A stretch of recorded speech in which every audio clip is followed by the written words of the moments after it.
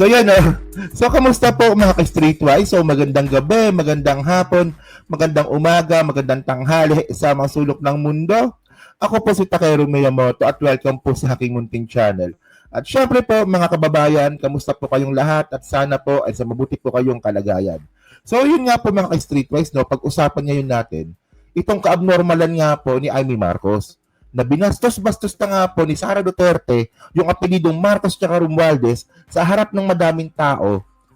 Deadman lang po si Amy, tinawanan lang po ni Amy.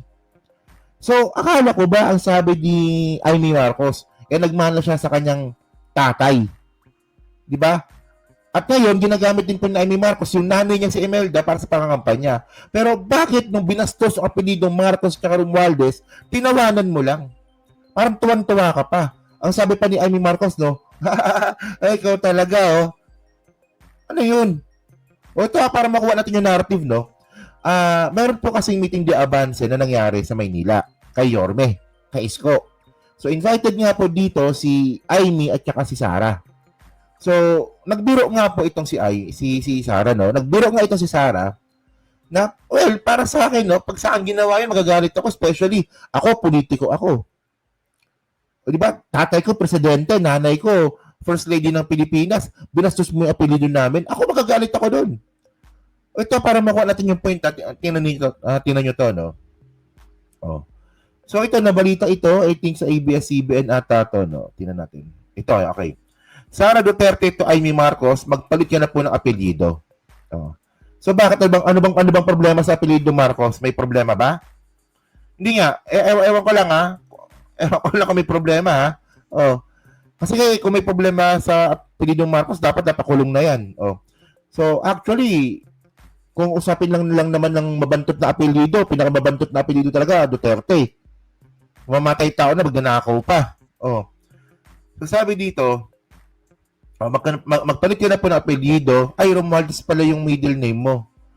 Duterte in a jest. No? She also teased Marcos if she was sure about staying in their tandem. So ngayon, parang mas maganda, excuse me. Ito. Panoorin natin yung video. Tingnan nyo to, Okay, saan na ba yun? Ito. May video dito, Ito.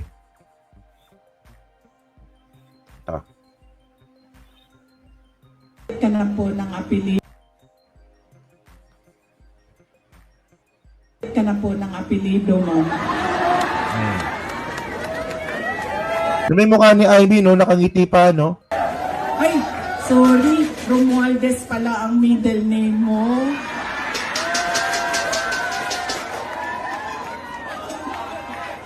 Pero yung mukha ni Ivy, puto, tumatawa pa talaga, Ito yung mukha niya, Kitang-kita si Ivy haba ng baba, Ito. Sabi ko nga, matino. Sabi ko nga. Teka, ito, Ito. Sabi ko diba? nga, matino na. Alam niyo yung magbabarkada kayo. Tapos yung binubuli ka ng barkada mo, tapos sasabihin, "Doy, mabait naman 'to, Hindi, ang point ko dito, 'di ba? Bakit kailangan magpalit ng apelyido? Well, tayo sinasabi natin 'yan, 'di ba? Magpalit ka ng apelyido, mag-Duterte ka na. Pero syempre, kapag pinersonal mo 'yun, na sinabi ni Sara yun kay Amy, iba yung dating nun. Pag vlogger pa nagsalita na, ay, ikaw Amy, magpalit ka ng apelyido. Tayo lang naman yun. Ito, si Sara na po nagbanggit nito. So, ano bang problema sa Marcos? May problema ba sa Marcos na apelyido? Oh, at anong problema sa Romualdez? Tandaan mo, nanay mo Romualdez. Tapos yung nanay mo, ginagamit mo sa politika. Di ba naalala ninyo, di ba? Matanda na si Imelda, pero ginamit ni Amy. Nagsalita pa ni Amy yung matanda para sa kanyang pangangampanya. Oh, tapos sasabihin ni Sara, bait naman to, di magagalit to. Bobo ang putag. So, sige, Tao, si Senator Amy Marcos. Biglang bobolahin bigla, no? And by the way, mga kababayan, ito, actually, yung speech kanina ni Amy, sorry. So, kanina po, yung speech kanina ni Sara, dapat po, finally, the coffin na po ito, na kayo po, na mga loyalista, huwag nyo na pong iboto itong si Amy. Kasi nga po, sinelyuhan na po talaga ni Sara Duterte na iba po talaga si Amy kumpara po sa kanyang kapatid. At malamang hindi lang sa kanyang kapatid, pati sa kanyang tatay.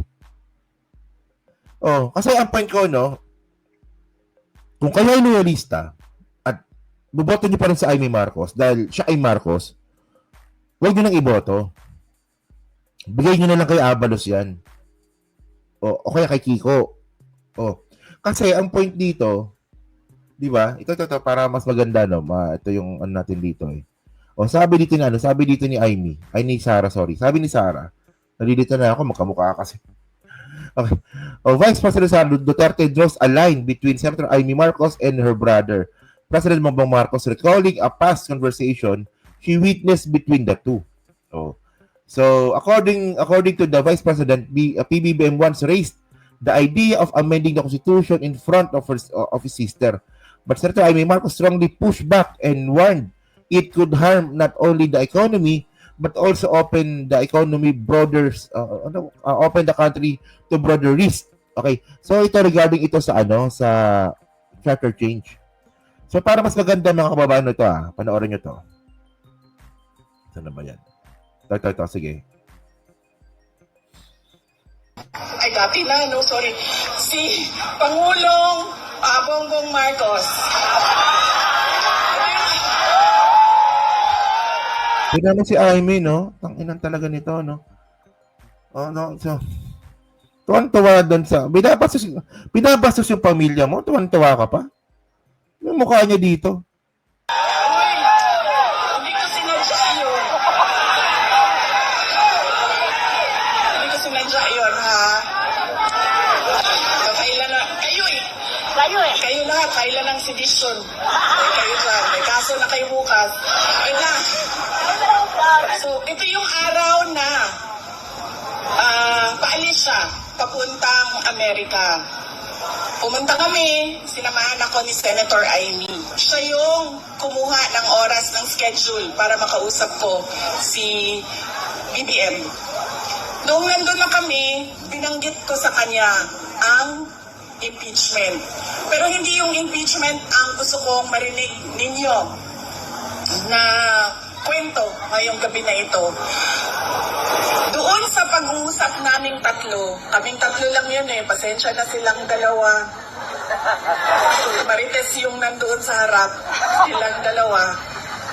Nag-uusap Actually, natatawa ba kay Sarah, no? Ako hindi talaga, no?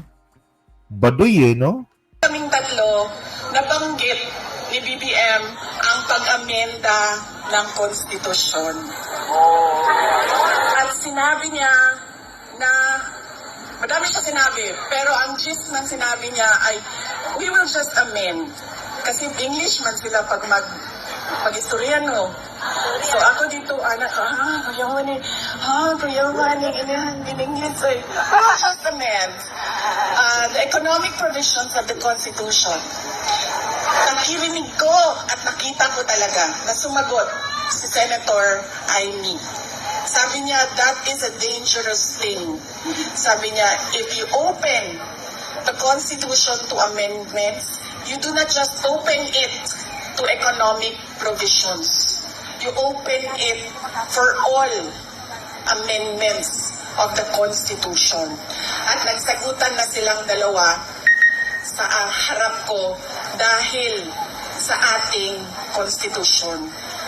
Kaya yan ang pruweba ko at proof ko sa inyo na magkaiba na tao. Ibang tao si BBM, ibang tao si Amy Marcos. Ayan, nasa magkaibang tao. Hindi, actually, totoo naman. Hindi naman porket nakapatid mo isang tao kayo. Tanga rito si Sara, no? Hindi, ang ibig sabihin, malamang ang ibig sabihin dito ni Sara Duterte, magkaiba sa prinsipyo, magkaiba sa paniniwala, magkaiba ng pagkatao, pero hindi magkaibang tao. Tanga ka talaga, no? Tagalog na nga lang, hindi mo pa alam. So ngayon, ang ibig sabihin dito ni Sara Duterte, mga kababayan, so ganun nga, magkaiba ng filosofiya, magkaiba po ng paniniwala, magkaiba ng political alignment, si Amy at saka si BBM. So tanong dito, ba't yung pagboboto? O kayo mga loyalista mga kababayan, di ba? Kung magkaiba naman pala ng political alignment, itong si Amy at saka si Presidente Bongbong Marcos, ano pang rason para iboto pa natin yan? Manggugulo lang po yan. Alam nyo mga kababayan, no, wala namang problema eh. Wala namang problema na maging kritika.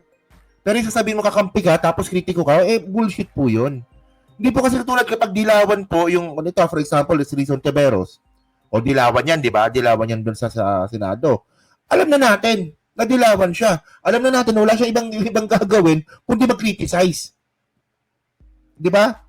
Alam na natin. Pero si Amy Marcos, mga kababayan, kunwari kakampi, pero ang ginagawa po ni Amy Marcos, hindi lang po kasi pag-criticize, paninira na mismo sa presidente. Isipin nyo yung ginawa ni Amy Marcos na hearing dyan pa sa Senate para imbestigahan yung pag-aresto kay Digong, yun pa lang po mga kababayan eh. Kasi kahit anong paikot-ikot mo dyan mga ka-streetwise, hindi po kikilos itong mga secretaries po ni PBBM na ipa-aresto nga po si Digong kung walang basbas ng presidente at yung presidente kapatid niya. So malinaw dito no, ang talagang target talaga ni Amy Marcos yung presidente ang kapatid niya. At tandaan natin, ang binabanggit niya ng mga DDS na yung ginawa nga po ni PBBM no, na pag-aresto kay Digong papuntang from Interpol to ICC, culpable violations of Constitution daw po yun. So impeachable offense po iyon. O di ba? So ano bang pinupunta ng video na 'to mga kababayan? Unang-una mga ka-streetwise no, hindi po natin nakikitaan ng totoong ugaling Marcos si Amy. Yung sinasabi niya nga po na mahal niya yung tatay niya, di ba? Idol niya yung nanay niya, hindi po natin nakita doon kasi nga po binastos na po harap-harapan sa harap ng madaming tao yung apelyido mong Marcos tsaka Romualdez, tinawanan mo lang. Ganun ba pagmamahal sa magulang? Well, kung sa akin yun tatay ko dating presidente, tapos nanay ko first lady ng Pilipinas din, naging governor pa ata ng ano yan, di ba? Ng Ilocos at saka congressman kung di ako kakamali. Di ba? Gaganunin mo yung apelyido namin. Yung apelyido Marcos and pundasyon ng kanilang political capital. Oh, nakikita niyo ba yung ibig kong sabihin? And at bukod dun mga kababayan, nilinaw din po dito ni Sara Duterte na magkaiba po talaga ng alignment, ng political alignment, ng political beliefs, di ba, ng prinsipyo si Amy at saka si PBBM. So, ba't yung pa iboboto? Mas maraming matino po na oposisyon dyan. Huwag po yung oposisyon na DDS. Ay, ewan ko ba? So, by the way, ano lang talaga itong buhay. Di ba? Nagsama yung mga pangit. So, yun mga ka-streetwise, no? So, kayo po, no, nung masasabi nyo nga po dito, na ang point natin, ano pang rason para iboto nyo pa si Amy? Kung kayo po ay loyalista ng mga Marcos. Lahat po ng pangit na sa kanya na. Oh, di ba? Ano pang rason? Wala na po nakikitang rason. At yung sinasabi ng iba, actually may mga tangan ding ibang mga vlogger no, na sinasabi na wala, strategy lang yan ni Amy.